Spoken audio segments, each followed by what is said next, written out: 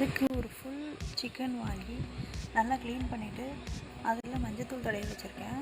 So அது வாங்கும்போதே கூட அதோட ஈரலும் கேட்டு வாங்கி வச்சுருக்கேன். இது ஒரு கிரேவி மாதிரி பண்ணிக்கலாம் அப்படின்னு. ஸோ இந்த சிக்கனுக்கு ரோஸ்ட் பண்ணுறதுக்கு என்னென்ன தேவையான பொருள்னு பார்க்கலாம். அதுக்கு சிக்கனை நல்லா இந்த மாதிரி கீறி வச்சுக்கோங்க. அப்புறம் 25 கிராம் அளவுக்கு இஞ்சி பூண்டு எடுத்துக்கோங்க. கொத்தமல்லியும் புதினாவும் தேவையான அளவு எடுத்துக்கோங்க. அப்புறம் கொஞ்சம் 10 பல் அளவுக்கு பூண்டு உரிச்சு வச்சுருக்கேன். அப்புறம் கொஞ்சம் பூண்டையும் இஞ்சியும் நைஸாக நறுக்கி வச்சுருக்கேன். 6-7 சின்ன வெங்காயம் கட் பண்ணி வச்சுருக்கேன். 2 ஸ்பூன் அளவுக்கு சில்லி பவுடரும் 1.5 ஸ்பூன் அளவுக்கு சில்லி ஃப்ளேக்ஸ் எடுத்திருக்கேன். அப்புறம் 1/4 கப் தயிர், அப்புறம் குக்கிங் ஆயில், அப்புறமா தேவையான அளவுக்கு உப்பு. இது கூடவே 1.5 ஸ்பூன் அளவுக்கு பெப்பரும் 1.5 ஸ்பூன் அளவுக்கு சீரகத்தூளும் எடுத்திருக்கேன். ஸோ இது எல்லாமே ஒன்றா போட்டு நம்ம பேஸ்ட்டாக அரைச்சிக்க போகிறோம். ஸோ இப்போ இந்த சிக்கனில் கட் பண்ணி வச்சுருக்க இடத்துலலாம் முழுசாக உரித்து வச்சுருக்க பூண்டையும் சின்ன வெங்காயத்தையும் உள்ளே வைக்க போகிறோம். இது எதுக்காக வைக்கிறேன்னா ஒரு ஃப்ளேவர் தரும், நல்ல ஃப்ளேவர் தரும். அது பூண்டோடையும் ஆனியன் வெங்காயத்தோடையும் குக் பண்ணுறப்ப. ஸோ இது ஆப்ஷனல் தான், நீங்கள் வேணும்னா வச்சுக்கோங்க, இல்லைன்னா உங்கள் இஷ்டம்தான். பட் இது வச்சிங்கன்னா நல்ல ஃப்ளேவர் இருக்கும் அதில்.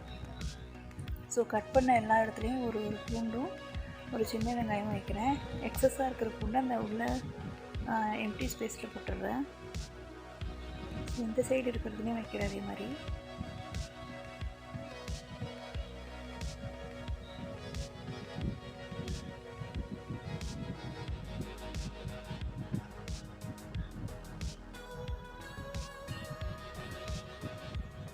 உங்களால் எவ்வளோ தூரம் முடியுதோ அவ்வளோ தூரம் பூண்டும் சின்ன வெங்காயமும் உள்ள வைங்க.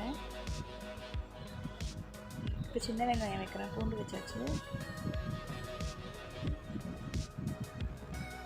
சின்ன வெங்காயம் 6லேருந்து ஒரு 8 சின்ன வெங்காயத்தை நல்லா சின்னதாக 2 பாதியாக கட் பண்ணியிருக்கேன். ஸோ அதை தான் உள்ள வைக்கிறேன்.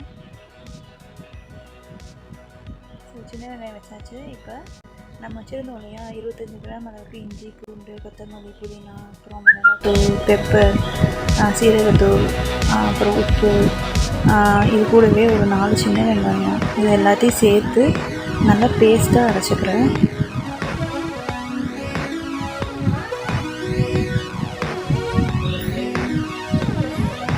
ஸோ சின்ன வெங்காயம் சேர்த்து அரைச்சாச்சு. ஸோ அந்த பேஸ்ட்டை சிக்கன் ஃபுல்லாக தடவிட்டு அதுக்கு மேலே கொஞ்சம் சில்லி ஃப்ளேக்ஸும், அதுக்கப்புறம் பூண்டும் இஞ்சியும் நம்ம சீச்சு வச்சுருந்தோம் இல்லையா, நைஸாக நறுக்கி வச்சுருந்தோம் இல்லையா, அதையும் சேர்த்துக்கிறேன். பாருங்கள், நல்லா சில்லி ஃப்ளேக்ஸ்லாம் சேர்த்தாச்சு. இப்போ இது கூட இஞ்சியும் பூண்டும் சேர்த்துக்கிறேன்.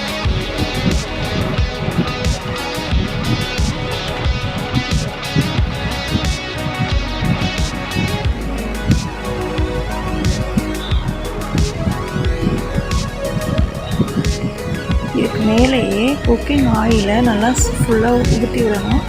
இது எதுக்குன்னா அந்த மசாலாலாம் நல்லா உள்ள டீப்பாக இறங்கி நல்லா குக் ஆகும், அதுக்காக தான்.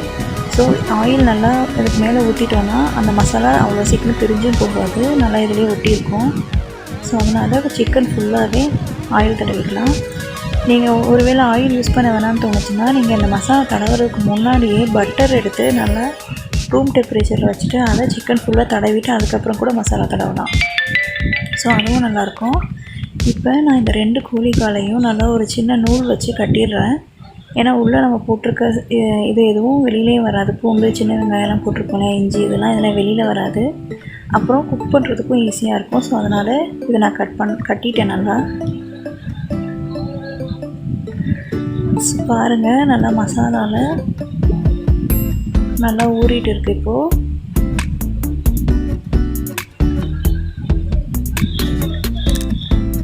அவ்வளோதாங்க, மசாலாலாம் தடவி இப்போது சிக்கன் ரெடி ஆகிடுச்சு. இதுக்கு மேலே நம்ம 1/2 லெமன் வச்சுருந்தோடனே அது நல்லா புழிஞ்சு விட்டுக்கலாம். ஸோ தட் உள்ளே ஃபுல்லாக நல்லா இறங்கிடும் மசாலா எல்லாமே, நல்லாவும் இருக்கும் டேஸ்ட்டு. ஸோ ஃபுல் சிக்கன்லேயும் புழிஞ்சு விட்டுக்கோங்க ஃப்ரண்ட் பேக் சைடில். அப்புறம் அது ஒரு மூடி போட்டு A few moments later 1/2 hour கிட்ட நல்லா ஊறட்டும். 1/2 hourலேருந்து 1 hour வரைக்கும் ஊறணும். அப்புறம் ஒரு பேன் எடுத்துகிட்டு கடாயில் அதில் நான் எண்ணெய் ஊற்றி ஃப்ரை பண்ணுறதுக்கு தேவையான அளவுக்கு எண்ணெய் ஊற்றி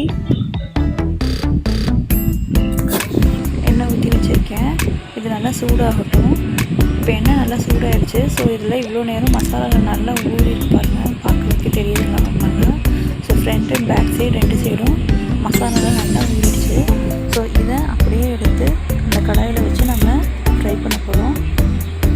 கொஞ்சம் கேர்ஃபுல்லாகவே வைங்க, எண்ணெயும் தெரிக்கும், அட் தி சேம் டைம் கடாயும் சூடாக இருக்குது. ஸோ ஃபுல் சிக்கன் வைக்கிறப்ப கொஞ்சம் பெரிய கடாயாகவே எடுத்துக்கோங்க. ஸோ அதில் நான் வைக்கிறேன்.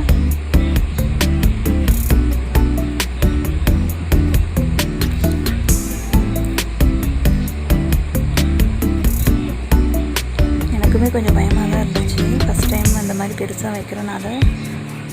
கடாய் பத்தலை, அதனால் கொஞ்சம் பயந்துட்டு தான் வைக்கிறேன். ஸோ இதுக்கு மேலே எக்ஸஸாக இருக்க மசாலாவை நான் ஊற்றுறேன். மேலேயே எங்கெல்லாம் மசாலா கம்மியாக இருக்க மாதிரி ஃபீல் ஆச்சோ அங்கெல்லாம் இந்த மசாலாவை நான் ஊற்றுறேன்.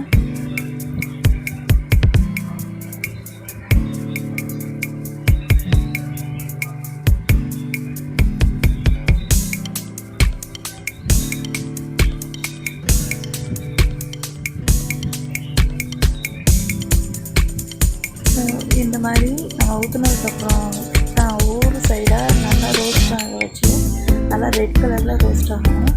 அது நல்லா ஃப்ரை ஆனதும் ஒவ்வொரு சைடாக திருப்பி போட்டு நம்ம ஃப்ரை பண்ணி எடுக்கணும்.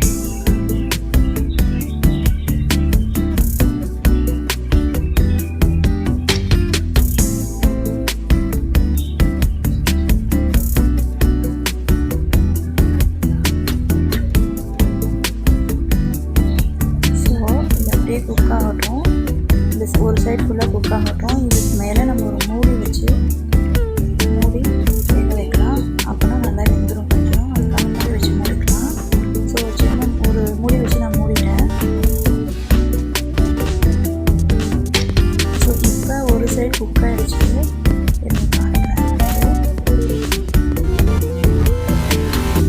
பாருங்கள், இந்த மாதிரி நல்லா ரெட்டிஷாக குக் ஆகணும். ஸோ இந்த சைடு நல்லா ரெட் கலரில் ரெட்டிஷாக குக் ஆகிடுச்சு.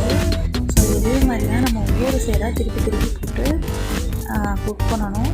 இப்போ சைடாக போட்டுருக்கோம்.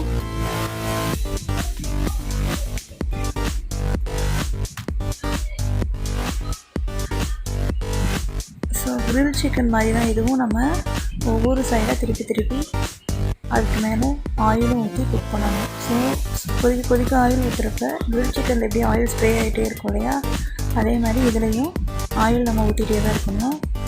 ஊற்றிட்டே இருந்தால் அது நல்லா ஃப்ளேவரோடு குக் ஆகிட்டுருக்கும். A few moments later. So இப்போ பாருங்கள், ஃபுல் சிக்கன் ரோஸ்ட் ரெடி ஆகிடுச்சு, ஃபுல்லாக குக் ஆகிடுச்சு. அதே மாதிரி அதில் எடுக்கிறப்போ அடுப்பு ஆஃப் பண்ணிவிட்டு ரொம்ப கேர்ஃபுல்லாகவே இருங்க, ஏன்னா ஆயில் கொதிக்க இருந்தனால. ஸோ பாருங்கள், நம்மளோட சிக்கன் ரோஸ்ட் இல்லைன்னா கிரில்டு சிக்கன் ரெடி ஆகிடுச்சு. Homemade grilled chicken. இது டேஸ்ட்டுமே ரொம்ப சூப்பராக இருந்துச்சுங்க, ரொம்ப ஜூஸியாக செமையாக இருந்துச்சு. நீங்களும் கண்டிப்பாக ட்ரை பண்ணிவிட்டு எப்படி இருந்துச்சுன்னு சொல்லுங்கள்.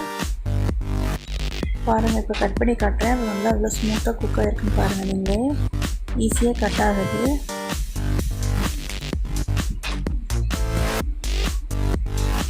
அவ்வளோதாங்க, இது ரொம்ப ஈஸி. கடையில் போய் அவ்வளோ எக்ஸ்பென்சிவாக நம்ம வாங்குறதுக்கு ஒரு மிஞ்சி போனால் ஒரு 250 தான் இதுக்கு செலவாயிருக்கும். 250 to 300 தான் இருக்கும். ஒரு ஃபுல் சிக்கனே நம்ம ரோஸ்ட் பண்ணிட்டோம். ஸோ பாருங்கள், லெக் பீஸ் எவ்வளோ ஈஸியாக பிச்சு எடுத்துட்டோம்னா நல்லா குக் ஆகிடுச்சு, நல்லா ஜூஸியாக இருந்துச்சு, ரொம்ப டேஸ்ட்டாகவும் இருந்துச்சு. நீங்களும் ட்ரை பண்ணி பார்த்துட்டு எப்படி இருந்துச்சுன்னு சொல்லுங்கள் கண்டிப்பாக.